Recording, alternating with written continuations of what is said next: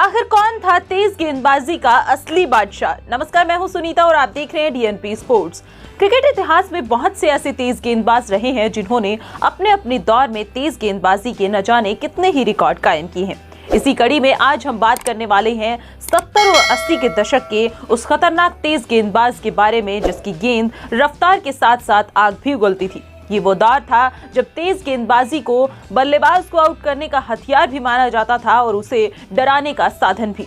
इस गेंदबाज की गेंद ऐसी थी कि कभी मैदान पर स्टंप्स बिखरे हुए नजर आते थे तो कभी बल्लेबाज खुद लेटे हुए नजर आते थे। मैं बात कर रही हूँ वेस्ट इंडीज की तेज गेंदबाजी की रीढ़ की हड्डी कहे जाने वाले एंडी रॉबर्ट्स के बारे में। एंडरसन मॉन्टगोमरी एवर्टन रॉबर्ट्स यानी कि एंडी रॉबर्ट्स का आज जन्मदिन है। आज उनके जन्मदिन के इस खास अवसर पर हम लेकर आए हैं आपके लिए ये खास पेशकश जिसमें हम बात करेंगे एंडी रॉबर्ट्स की पूरी कहानी के बारे में। आपको बताएंगे कि कैसे एक तेज गेंदबाज से विश्व के महानतम बल्लेबाज खौफ खाते थे। तो चलिए देखते हैं ये खास रिपोर्ट और आपको बताते हैं एंडी रॉबर्ट्स की आग उगलती गेंदों की ये कहानी।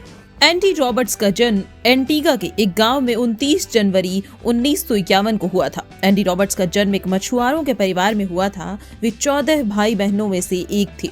एंटीगा से वेस्टइंडीज क्रिकेट टीम में जगह बनाने वाले वे पहले क्रिकेटर भी थे। उनकी एंट्री के साथ ही वेस्टइंडीज टीम में एंटीगन खिलाड़ियों के लिए रास्ता खुल चुका था। हालांकि खुद एंडी रॉबर्ट्स को वेस्टइंडीज टीम तक पहुंचने में काफी वक्त लगा, लेकिन इसका एक बड़ा कारण था उनके द्वारा क्रिकेट खेल की शुरुआत देरी से करना। 16 साल की उम्र तक तो रॉबर्ट्स ने क्रिकेट खेला तक नहीं था, लेकिन एक बार जब शुरुआत हुई तो धीरे धीरे वे ऊपर की ओर बढ़ते चले गए। 18 साल की उम्र में उन्हें लीवार्ड आइलैंड की टीम में जगह मिली। हालांकि उन्होंने कोई कोचिंग नहीं ली थी, लेकिन उन्हें अपने करियर में पहली बार और संभवतः एक ही बार कोचिंग का मौका इंग्लैंड में मिला, वो भी सिर्फ 6 सप्ताह तक। वेस्टइंडीज टीम में आने से पहले रॉबर्ट्स और उन्हीं की तरह युवा खिलाड़ी विव रिचर्ड्स को 1971 में इंग्लैंड के हैम्पशायर भेजा गया, जहां एल्फ गोवर के इंडोर स्कूल में उन्होंने गेंदबाजी की कोचिंग ली। यहीं से उन्होंने हैम्पशायर काउंटी की ओर से फर्स्ट क्लास क्रिकेट का आगाज भी किया। रॉबर्ट्स को वेस्टइंडीज टीम में पहली बार 1974 में जगह मिली। ब्रिजटाउन में इंग्लैंड के खिलाफ अपने पहले टेस्ट में रॉबर्ट्स को ज्यादा सफलता नहीं मिली और वे सिर्फ 3 विकेट ही ले सके, लेकिन उनकी गेंदबाजी ने सबको प्रभावित किया।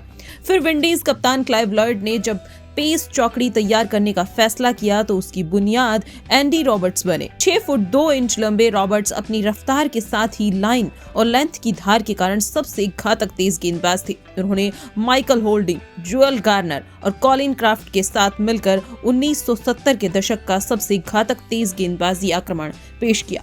भारत के महान बल्लेबाज सुनील गावस्कर की नजर में उनके करियर में सबसे ज्यादा परेशान करने वाले गेंदबाज की अगर बात करें तो वो रॉबर्ट्स ही थे। गावस्कर कहते हैं कि रॉबर्ट्स शुरुआती ओवर करा रही हों या दिन का आखिरी ओवर, उनकी तेजी और सटीकता में कभी कमी नहीं आती थी। वहीं महान पाकिस्तानी कप्तान इमरान खान ने तो एक बार ये तक कहा था कि उन्होंने रॉबर्ट्स से ज्यादा तेज और घातक गेंद कभी नहीं खेली। रॉबर्ट्स की गेंदबाजी की सबसे बड़ी खासियत उनकी बाउंसर थी। वे हमेशा 2 तरह की बाउंसर्स का इस्तेमाल करते थे, एक धीमी और दूसरी तेज और घातक बाउंसर।